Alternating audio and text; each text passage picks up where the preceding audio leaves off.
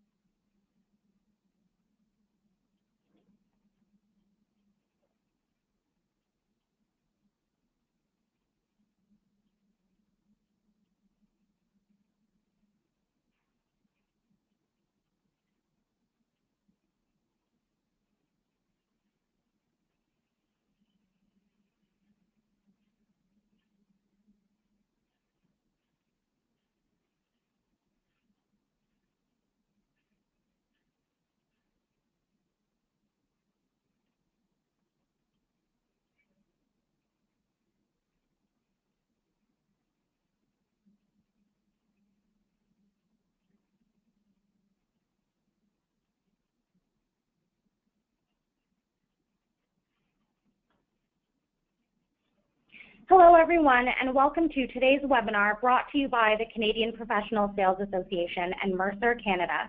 Please note that you will be able to ask all questions at the end of the session using our Q&A function. We'll try our best to answer all questions within our allotted time.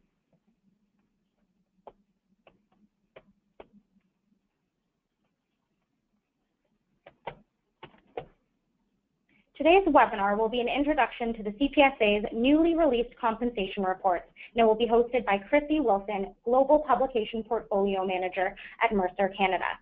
Created in partnership with Mercer Canada, the new CPSA compensation reports are must-have resources for leaders to help make informed hiring decisions and to help sales professionals take control of their career paths. Easy to use and broad in scope, our member-exclusive reports offer recent data for 25 categories of sales roles gathered from 400+ surveyed organizations. Today's webinar has been designed to help you make the best use of our reports by learning to navigate them effectively and read the data accurately. Now, without further ado, I'll hand it over to Chrissy to start.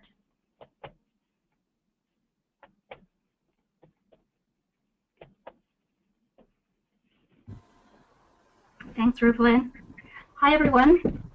Welcome to the session today. I'm so glad you could join us. Firstly, I also want to introduce a colleague of mine that's on the call, Elena Rodriguez. She's the Market Business Development Leader for Canada.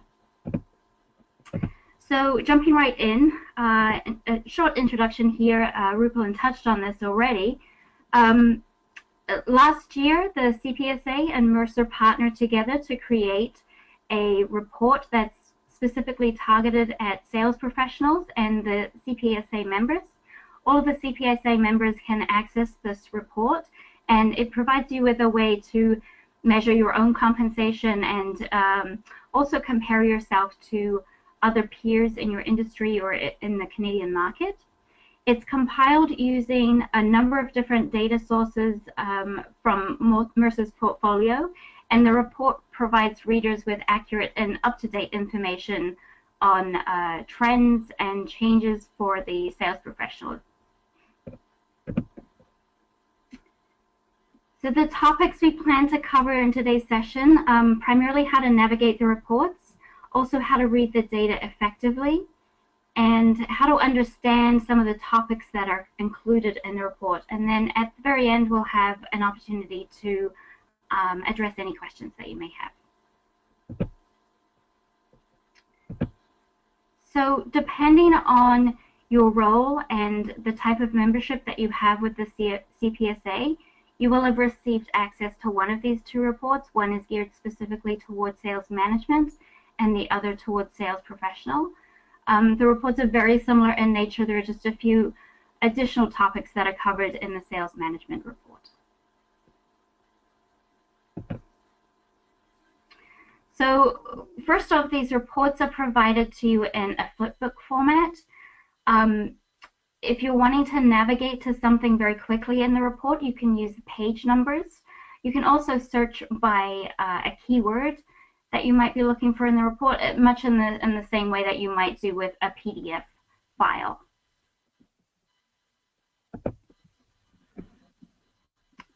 So the first part of the report includes an introduction, and in this introduction we cover the report structure and provide a brief explanation as to the content in each of the sections in the report. It also includes some guidance on how to read and interpret the data within the report. So these are the reading the report pages that you'll find at the front section under the introduction. In here we've included some samples of the different types of ways that data is presented throughout the report, and some tips and tricks for navigating the content, understanding what's included, some definitions around some of the terms that are used, such as a P25 or an N equals. You can also find definitions for each of these under the About This Report section, which is in the back of the report. There's a methodology and also a glossary with a number of terms and definitions.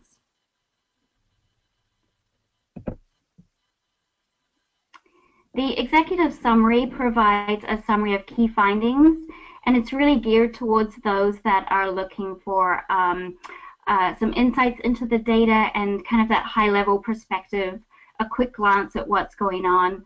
One of the pages in here that you might find really useful is a list of the 25 sales professional roles that are included in the report and the compensation for those different roles.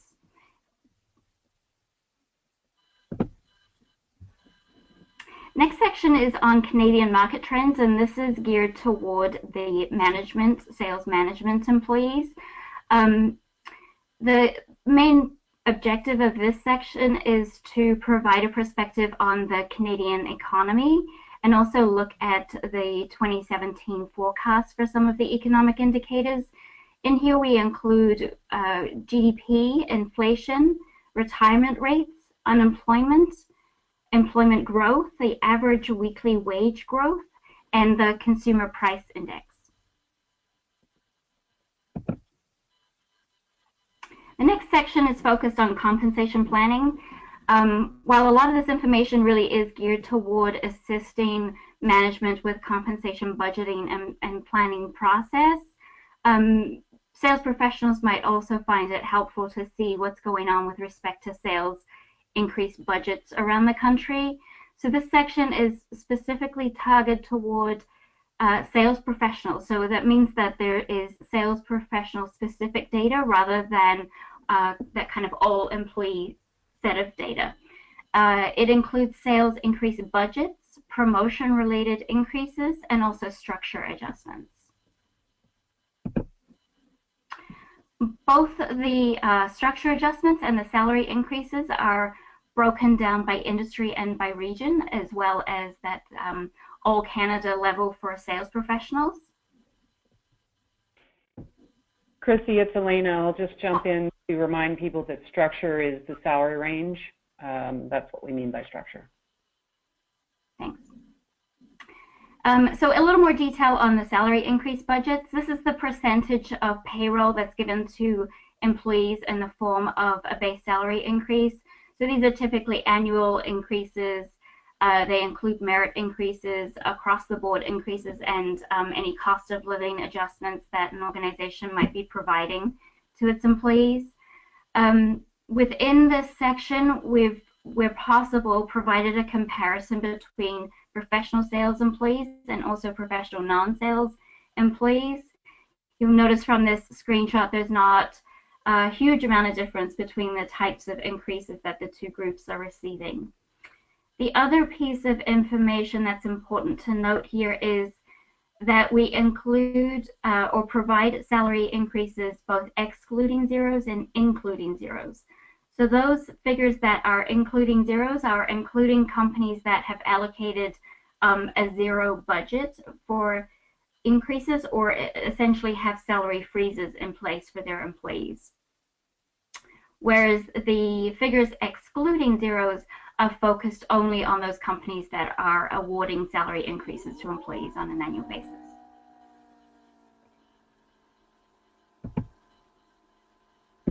The promotion-related increases are specific to sales employees that have received a promotion to a higher level job, and these increases are generally higher than a standard annual increase.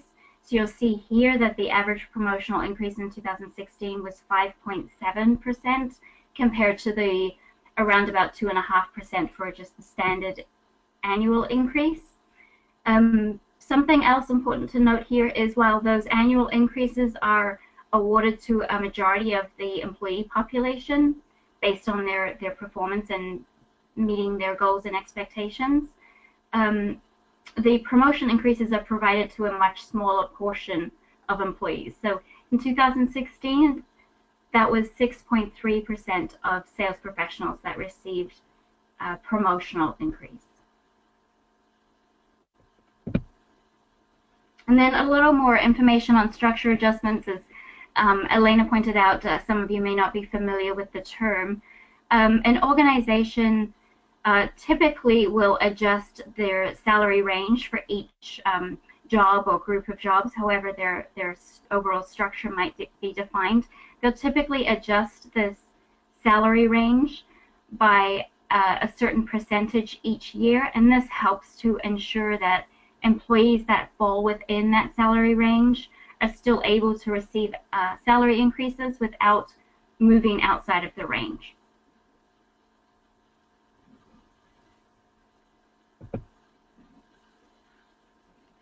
The next section in the report is compensation data, and this is probably the section that you're going to find most useful.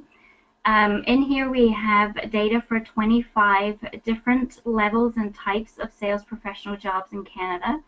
On the second page in this section, you'll find a list of the job titles and their page numbers. So if you're using those navigation features in the flipbook, then here's where you would find the page number to quickly skip to a job that you want to look up. So each job has 2 pages of content. It includes a brief description of the role and the key responsibilities. It provides base salary information, short-term incentive information, and sales incentives. It also includes total cash and total direct dollar amounts. And then that second page includes some geographic and industry differentials so you can see what's going on around the rest of the country. So I wanted to spend a little bit of time going over the different components within this section and the type of information that's reported for each job. First of all, the statistics that are provided for each job include the P25 or the 25th percentile, the P50 or sometimes referred to as the median, the P75 or 75th percentile, and then also an average. So this range of statistics helps you to see where you might sit when you're comparing yourself with the market. You might be in and around that P50 mark, or you might be closer to that P75 mark. The other 2 columns here in green are indicating the sample size for each job. So the number of orgs is the number of organizations or companies that have matched one of their jobs to a job listed in this report. And all of this information in this section is collected through Mercer's benchmark database survey. So this is a very large survey that's conducted annually in Canada. We've selected 25 jobs that we think are of most relevance to the CPSA members. And organizations, when they complete the survey, they're matching their jobs to the jobs that we have listed in our survey. For each of those jobs that they have that match one of ours, they're providing information for each employee within that job. So a single organization might be providing data for one employee, or they could be providing data for 100 employees. So you'll see in that num-incs column, this is the number of incumbents, or in other words, the number of employees that have been matched. So for that first row there, we have base salary. 50 companies provided data for 1,078 employees. And then looking down at each of the rows in the table, base salary, I'm sure you're all familiar with. The actual short-term incentive, this is the dollar amount that was awarded in 2016. It's likely based on performance of the employee for the 2015 performance cycle. And then we also have actual sales incentive amounts. Again, it's probably a similar type of time frame where the performance is based on the previous year. The actual total cash is essentially that base salary amount plus the actual short-term incentive and sales incentive amount that an employee will have received. Now, it's not adding each row together in this table. Each row is essentially its own unique set of data. So if you look to the right again under that num-orgs column, there are 50 data points essentially, or 50 companies, sorry, essentially in the base salary, the total cash, and the total direct rows. But in that short-term incentive and sales incentive rows, the numbers are much lower. And this is because companies don't typically provide both short-term incentives and sales incentives to their employees. They generally provide one or the other. And in fact, some companies may not provide incentives at all for certain jobs. So finally, the last row in there is the actual total direct. Now, the total direct is essentially the actual total cash amount plus any long-term incentives that an employee might be eligible to receive. Those long-term incentives are generally more applicable to employees at the more senior level, especially executive levels. You'll notice in this table, it's a lower level employee, and the difference between the total cash and total direct amounts they're actually identical. So none of this group of employees received any long-term incentives. The other two pieces of information that are provided for each job on that first page are the short-term incentives and the sales incentives as a percentage of base salary rather than the actual dollar amount.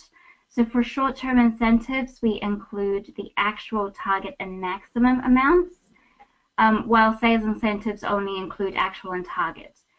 Typically, sales incentives don't have that maximum or capped amount to stop an employee's earning potential, whereas short-term incentives do.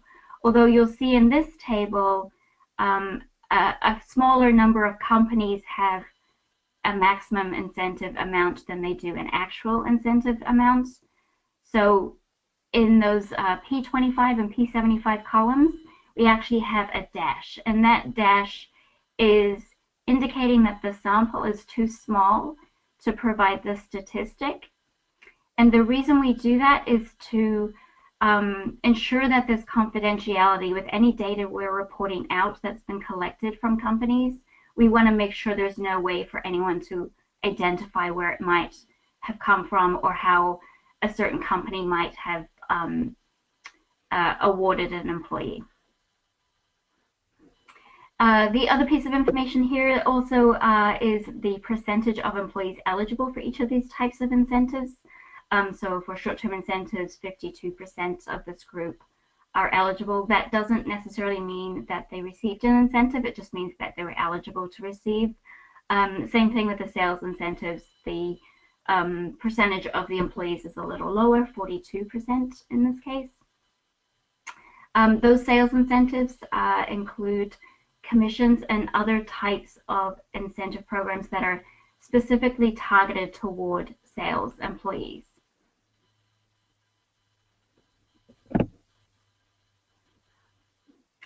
then the second page provided for each of the jobs provides an indication of how compensation might differ across the country. So we've used annual total cash amounts. So that's the base salary plus the incentive amount, short-term and sales incentive amount. And we've measured those amounts for the national kind of all Canada figure for a particular job and compared that figure against city, region, and provincial level data, and then also against the industry. So essentially, a positive percentage in these graphics indicates that the compensation in a particular region is higher than that of the national data, or potentially lower if it's a negative amount. So for example, employees for this particular job in Ontario are receiving 13% higher annual total cash than those in the national set of data. And that national set of data includes everyone in Canada versus just employees located in the Ontario market. Similarly, with the industry data, the banking financial services industry are receiving a little less. Sales employees are receiving a little less, so 10% below the national average, whereas the employees in the chemicals industry are actually receiving 30% more. So this page provides you with a guide on how compensation looks across the country and across a number of different industries. The next section in the report covers benefits. And this is essentially an overview of the Canadian benefits scheme, and it includes costs that are associated to both employers and employees. And it includes a brief summary of some of the future trends in the benefits space. It looks at the Canadian benefits landscape, the government plans, employer benefit plans, and employer costs specifically. The table that I've pulled out here to highlight to you is the piece of information that I think you will find the most useful. And this indicates the typical type of benefits coverage for Canadian employers.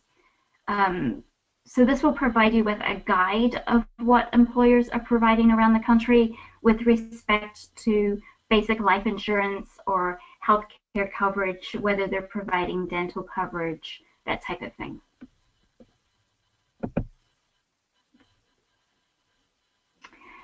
The workforce trend section is another piece of information that's specifically geared toward the management employees. And it provides management with information on workforce turnover for Canadian sales professionals, and also offers summaries of the trends that we're seeing in workforce increases and decreases within Canada. It looks at attraction and retention by job family, hiring intentions for 2016 and 2017, so whether companies are planning to increase, decrease, or make no change to their employee population. It looks at turnover for the 2015 calendar year and workforce changes for all employees. So that's the percentage change that companies are expecting or projecting for the upcoming year.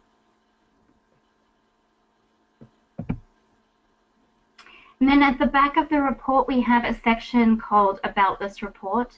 This is where you'll find, I expect, a lot of answers to any questions that you may have when you're using the report or reading the report. If you're unsure of a definition or a term, then this is where I would recommend looking first to see if this can address your query. So it looks at the methodology and data for each section of the report and includes notes on the types of statistics or measures that might have been used for each section. It also includes a glossary of terms that are used throughout the report and a list of all the data sources that have been used. So there are a couple of areas from this section that I did want to highlight to you. One is the methodology, and we touched a little bit on the statistics on an earlier slide. So in most cases, not all, but most cases, information is presented by the P25, P50, P75, and average. And then there's also an indication of the sample size, so either that number of orgs and number of incumbents figure, or in some cases, everything is at that company level rather than drilling down to an employee level. So it's simply indicated by an N or an N equals. So the P50 or the 50th percentile is the median. So that's the data point that is higher than 50% of all the other data in the sample when it's ranked from low to high. And you can also think of this as the middle of that data sample. So this is truly the middle of all of the data provided within the statistic. And then that P75 is looking at the top end of the scale, while the P25 or 25th percentile is looking at those at the bottom end of the scale. And then the average, I'm sure you're all familiar with, is the sum of all the data divided by the number of data observations in the sample. And that can also be referred to as the mean. So these are the core statistics that are used throughout the report. There might be some instances where we're using the average only or the median only. So I would encourage you to read labels carefully in the titles of the report or in the table itself to ensure that you're looking at the right statistic. And then also, as I mentioned earlier, when you see an N dash or a dash within a table or a graphic, it indicates that the sample is too small to provide the statistic. And then the other piece I wanted to highlight to you is in the glossary section, we include some definitions and indication around career level. Some of the graphics in the report are reported out by career level rather than by job level. So that's when we group a bunch of jobs together and categorize them based on essentially the seniority of the job.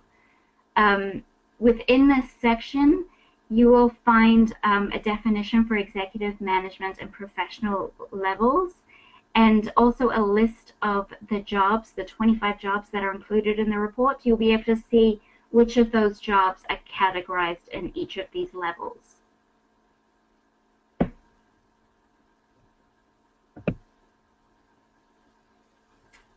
So that covers the bulk of the report and the content that's included.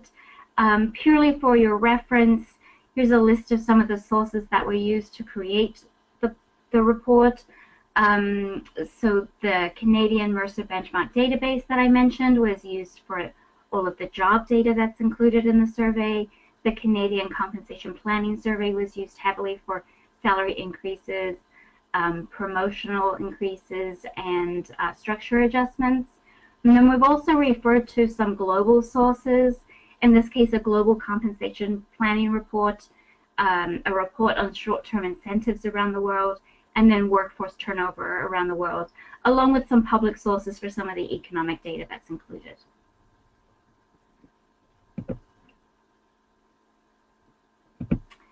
So just a couple of high-level slides about Mercer. For those of you who are not familiar, Mercer provides consulting and data expertise to clients in the areas of health, wealth, and career. The portfolio of products and resources available are broken out by health, retirement, investments, and talent categories. And then just as an additional resource, the global publications that some of the global publications that have been provided as sources for this particular report are broken out in a similar way: health and benefits, workforce and careers, and handbooks and guides. And these products and publications are either provided in a PDF format, or some of them are actually provided also as online tools that Mercer's clients subscribe to. So that takes us through to the end of the presentation. I would like to let anyone who would like to ask questions address either me or Elena, and we will do our best to answer them. Thank you, Chrissy. Yeah, we have received one question. Is this report available in hard copy or digital version only? Yes, I'd like to answer that. The CPSA compensation reports for sales management as well as sales professionals are only available online through digital version. They are a strict member exclusive benefit, and they are only available with your membership through the CPSA online.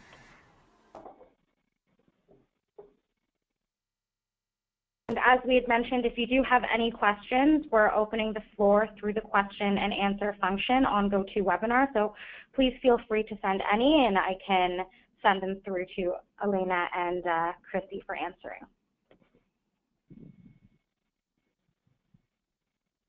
Rupal, and I actually have a question. Are you planning to share this deck or a copy of the deck with the members? Yes, so this webinar will be available through video format in a recording after we've finished the webinar. So it should be by end of day today or by tomorrow. This will be distributed to all attendees. So we've been asked here, how can we get access to the report? Of course, if you are a member of the CPSA, you can go to the CPSA Knowledge Center, which is www.cpsa.com/knowledge center, where you'll find a graphic on the CPSA compensation report in the right-hand corner. After clicking on that, you will be sent over to cpsa.com/compensation, where you can then access either report, sales management or sales professionals, or both, if you are a member. Thank you for that question.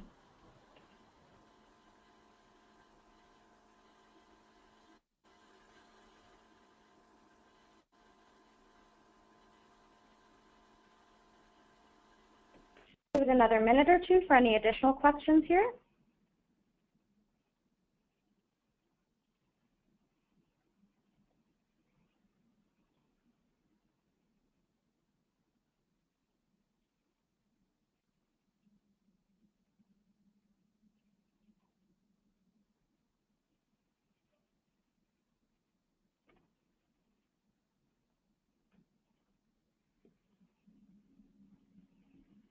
I don't think we have any questions for this session. Chrissy, you've done a great job presenting all of the insight effectively. Great. Well, of course. We're planning if you have any questions later on, feel free to email them through to us. Yeah, perfect. So, of course, on behalf of the CPSA, we'd like to thank our host, Chrissy Wilson, as well as Elena Rodriguez, and our audience for attending today's webinar. As mentioned, should you have any questions, please contact us at salessuccess@cpsa.com. And for those of you who would like a video copy of this webinar, please stay tuned. This will be emailed shortly. Thank you so much to everyone who's joined. Bye now. Thanks, everyone. Thanks, Rupal.